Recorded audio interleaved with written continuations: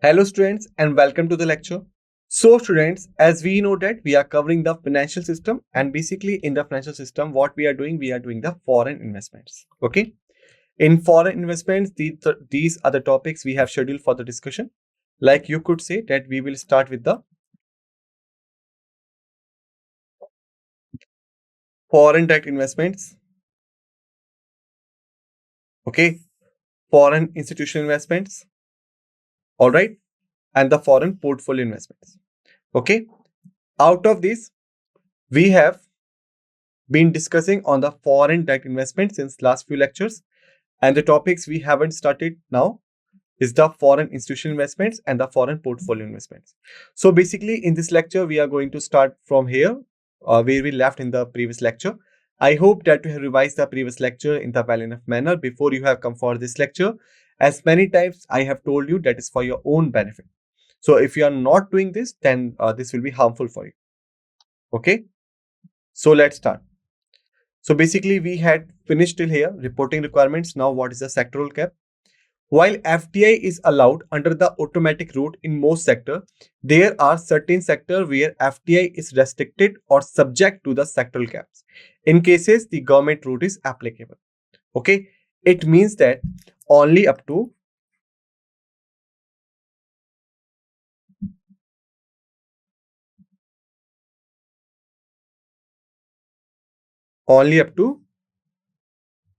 certain percentage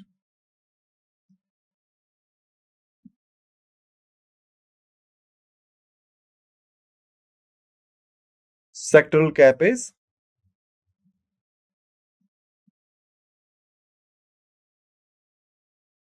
allowed. Okay, only up to the certain percentage the sectoral cap is allowed. Okay, once the sectoral cap is crossed in the automatic route, then ultimately the things will be diverted towards the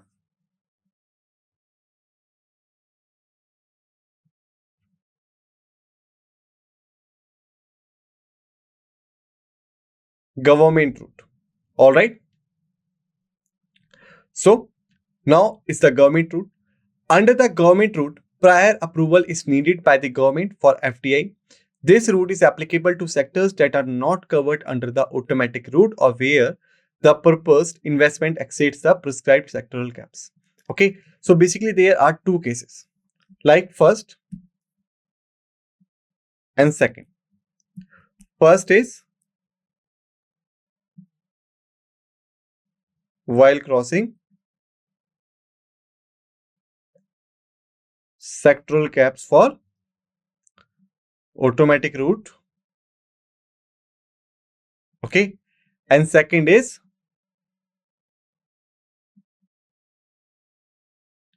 necessarily needed approval. Okay, so there are two cases. While crossing the sectoral caps for automatic route, second is necessarily needed approval. Okay, so you could say, suppose if this is in company XYZ, all right, the XYZ is making the FTA in country, in our country. Okay, so if we go by the first case, as we had discussed, that if there is a certain percentage limit allowed for the automatic route, if the FTI which has been made in by the XYZ crossing that particular limit, then only the government route will be applicable. Second is the necessary needed approval. It means that the XYZ is looking to make FDI in such area where there is a case of national security, sensitivity and what. So in such cases, the government prescribed that obtaining approval or the permission from the government is necessary at all. Okay, without obtaining the permission and the approval, or you can say the XYZ is not allowed to make the investments. All right. So remember, there are two cases in the government routes. All right. Approval process.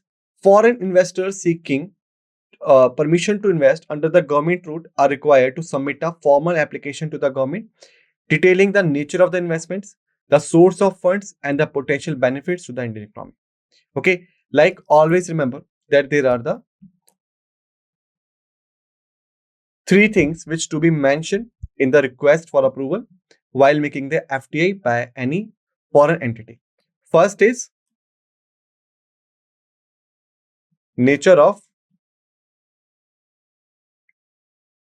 investment. Second is source of fund. And third is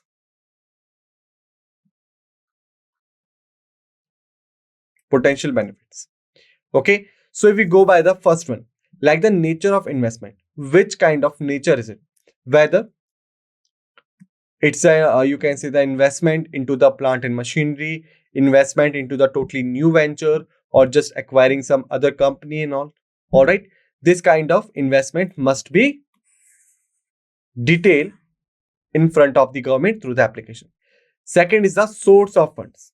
Okay. Like you can say, suppose if there is a company XYZ, which is the foreign entity, the company is investing rupees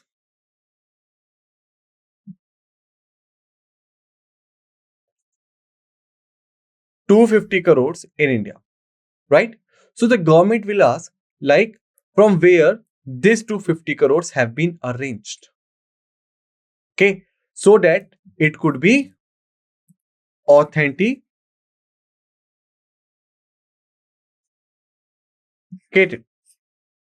Why? Just take an example. Suppose the country the XYZ belongs to. In that country, there are certain rules for the taxation and all. Okay. So what is happening? That the XYZ is become liable to pay 250 crores to their nation's government. But instead of this, they are trying to dump 250 crores into India. All right. So what will happen? That India's international relation with that particular country may be affected. Got it? So to counter this kind of situations, basically what is happening, that the government will always ask for the source of funds. Like the company which is making the investment is required to disclose that from where the funding is coming and how they had arranged it. Third thing which you could see here is the potential benefits. Like if we are allowing XYZ to come to the India market and get an access to the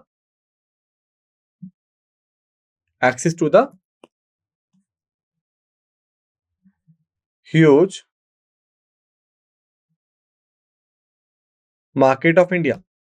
Okay. So through this, we could conclude that the XYZ is going to be benefited. All right. But the presence of the XYZ in our market will be harmful for whom? For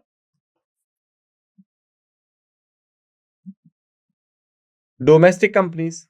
Why?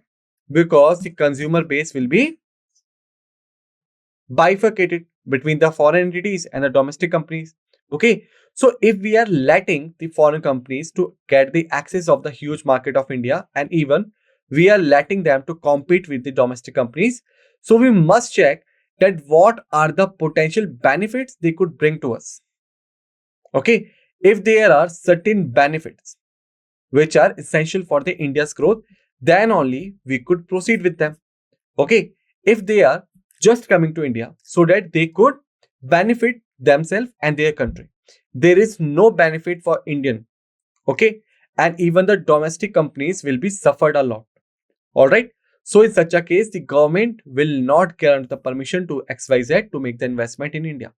Okay. So while making the request for approval, these are the three things which are necessary, or you can say which must be mentioned into the, you can say, the memorandum of the request.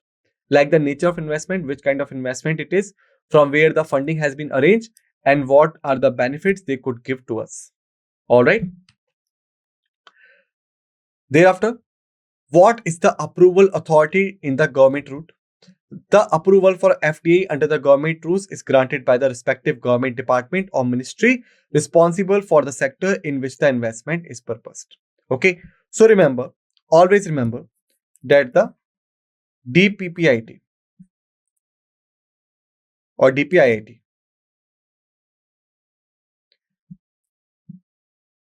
what is the full form of DPIIT? That is the first thing I will ask you.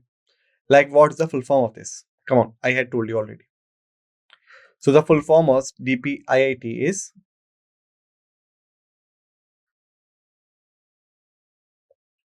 Department of Promotion or Department for Promotion of industries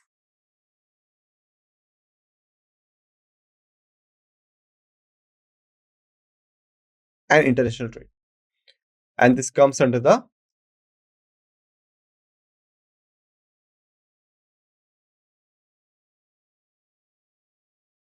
Ministry of Commerce and Promotion. Ministry of Commerce and Promotion. Got it? That's the main thing, right? DPIIT is basically comes under. This organization is particularly, you can say, particularly responsible for making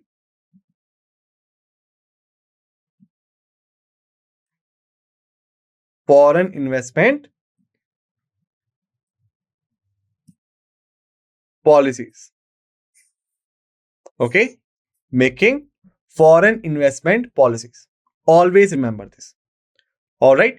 They are not necessarily, you can say, responsible for approving the investment in every sector. For this, their respective department or the ministry is responsible. For example, suppose if there is a XYZ, which is an foreign entity, okay, the XYZ wants to make the investments into the highway projects through FDI. So, to whom you can say to whom, or you can say to which ministry they are required to obtain the permission. So, basically, that will be the Ministry of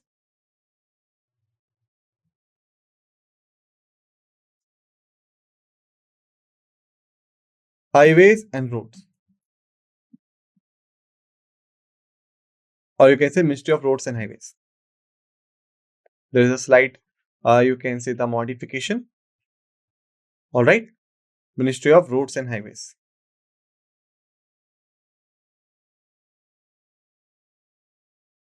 Okay, so the FDI permission will be approved by the Ministry of Roads and Highways. Okay, similarly, if we talk about that there is a XYZ which is looking to make the investment into the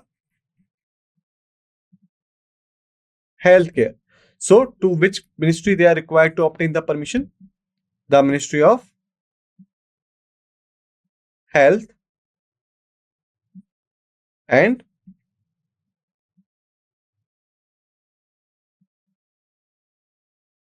Welfare, right? That is the main thing. Okay, so always keep this thing in your mind. Okay, thereafter, conditions and restrictions, like what are the conditions and the restrictions imposed on them. The government may impose certain conditions or restrictions while granting approval for FDI under the government route. Okay, these conditions are aimed at safeguarding national interest and ensuring that the investment is beneficial for the Indian economy.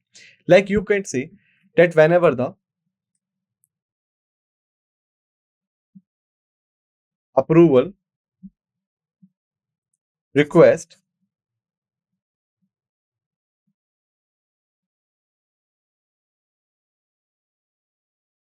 sent to the government, okay, regarding the approvals. All right, so the government maybe permit the company or a foreign entity to make the investment, but the government will always put some restrictions and the conditions. Why? Because we have to not only safeguard the national interest, it means that we have to safeguard the domestic market or the domestic players, and the third is that we are required to ensure the benefits for the Indian economy. Okay, then only we could promote the FDI in India at fullest. Okay, so basically after this, now we have the permissible sector and their limits. Okay, like what are the sectors in which the FDI is permitted and what is their limit. So let's understand. That was the table I was talking about in the previous lecture. So the sectors like the animal and agriculture and the animal husbandry. Okay, so if any company or the foreign entity is looking to make the investment into the agriculture and the animal husbandry, then they could make the investment up to the 100%. Okay, there is no percentage limit, and the route is automatic, which means that no permission is required. Okay, similarly, if the particular foreign entity is looking to make the investment into the plantation business, then they could make it up to the 100% by using the automatic routes. All right, for mining metal and non-metal ores, excluding the titanium bearing ones. Okay, again the limit will be 100 and anti-route will be automatic. Got it? Now comes the mining. In mining, coal and lignite. Okay, coal and the lignite, the limit is 100%, anti-route is automatic. Okay, but when the mining is for the titanium bearing ores and the minerals, then the limit is 100%, but the government route. It means that while the company is looking to mining the coal and the lignite, lignite is the iron ore, or you can say it is the least important. Okay, so the coal and the lignite iron ore, which is of the least importance. Okay, so that's why the government is not concerned about much, or you can say much concerned about basically.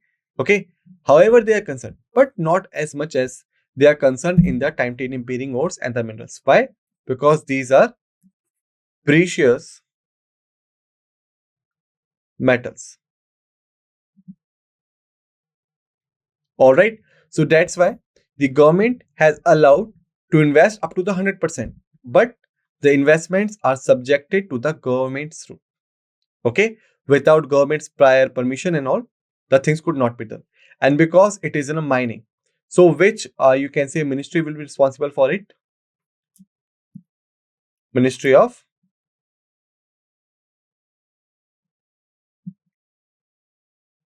Mining. Okay, and in Hindi it is known as the Khanan Mantralaya. Okay, so the Ministry of Mining will be responsible for this. All right, thereafter the petroleum and the natural gas exploration activities. Okay, remember, exploration activities, there is a difference in the exploration and the extraction. Okay, there is a difference. So what is the difference? So basically, suppose you could say, like if we take an example, like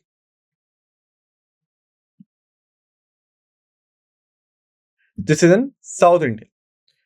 In the south, we have been surrounding by two water bodies, Arabian Sea and Bay of Bengal. So the region of Arabian Sea is often considered as a region of petroleum and natural gas. So we could say that in Arabian Sea, there are the storages of the petroleum and the natural gas. But you are required to find them out. All right. So in order to find them out, you require the exploration. Means that the exploration ship will be go to the Arabian Sea from the Indian coast and they will explore the area. Okay. And this is an exploration activities. This is an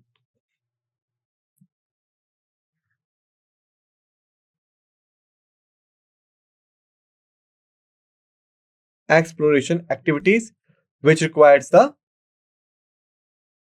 funding for research works. Okay, because the Arabian Sea is vast. So whatever you can see the evidences you will get, you have to examine, then you have to draw the conclusion. Then only you will be able to find the petroleum and the natural gas. So this is an exploration. Now what is the extraction? Suppose at some point here, at this point, the petroleum and the natural gas has been found. Okay, and this is comes under the boundaries of special economic zone of India. Okay, so what will happen? That this will be the part of the Indian territory or Indian water territories. Okay, or you can say Indian territorial waters also. All right. So the government could only permit the company to explore, not extract. Like if they looking here and they found that this is the place where they could found the petroleum and the natural gas, and this is also proof that the natural gas and the petroleum reserves are there.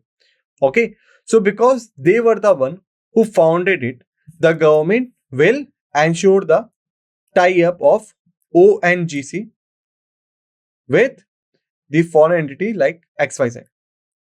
Okay, then they both could extract the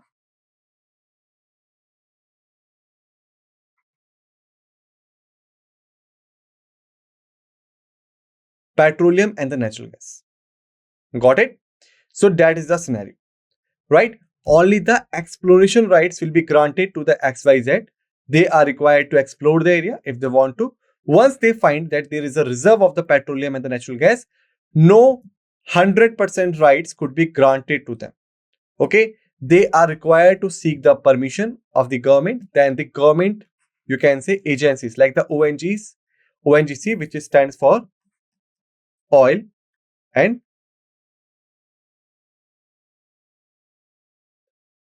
natural gas corporation. Okay, the company is required to partnership with the ONGC, and then the both will be extracted. All right, so remember the difference between the exploration and the extraction. Now come forward.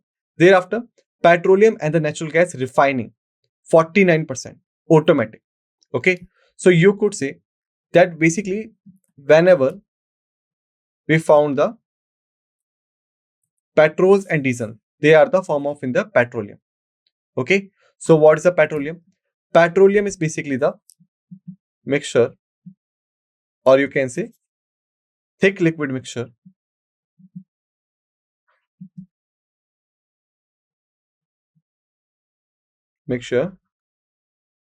of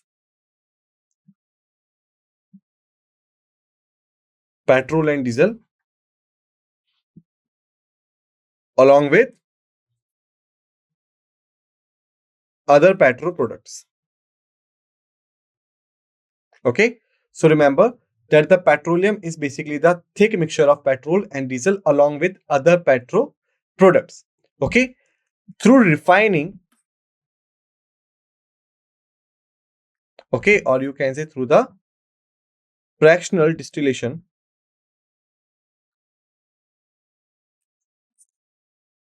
what is happening? That we separate the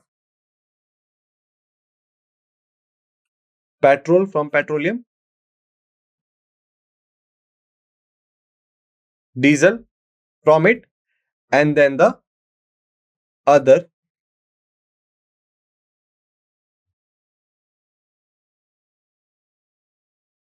petrochemicals from it. All right.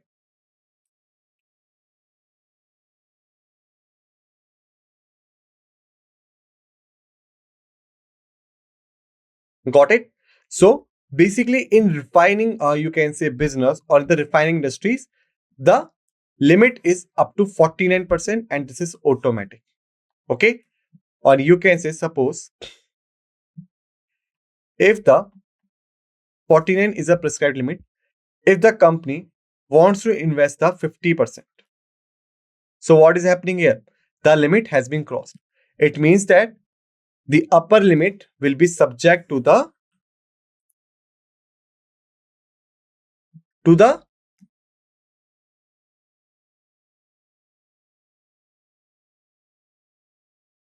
government approval. Okay, as we had discussed in previous also, like once the limit will be crossed, then the government route will be applicable on it, right? That is the thing. Thereafter, the defense manufacturing.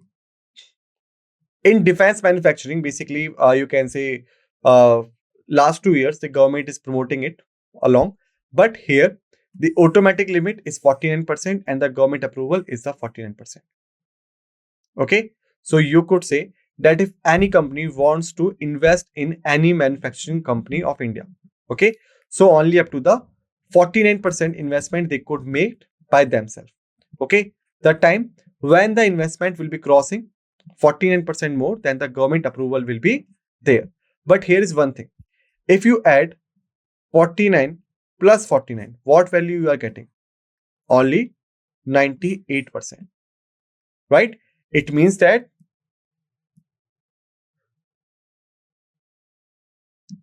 no 100%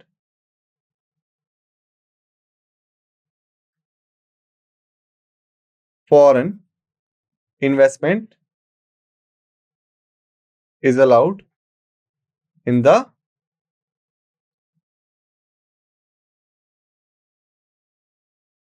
field of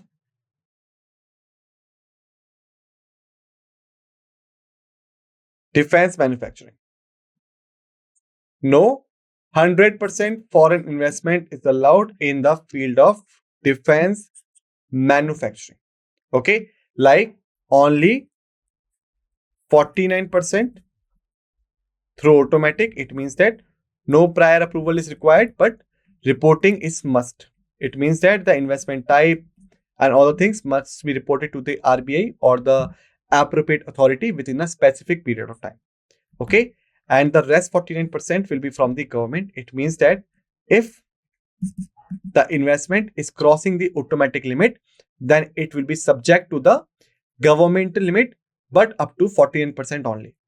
And if we add them, how much we are getting? 98%.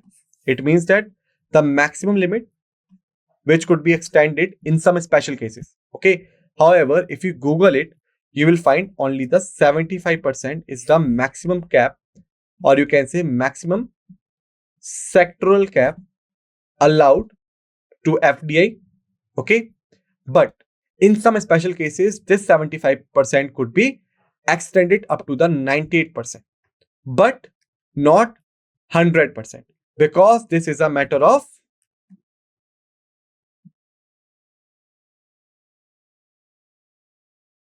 national security and we could not take a chance on this, right? That is the reason. Thereafter, the broadcasting, it means that entertainment channels and all, because here the things are not as much as crucial, so that's why only the, or you can say, automatic route is prescribed here and the investment limits up to 100%. All right, so students, basically in this lecture we have seen some limits. In the next lecture we will continue this table. Till then, just revise all the you can say limit and the facts and figures we have discussed in this lecture and be ready for the another lecture. With this note, let's end this lecture, and what we say thank you.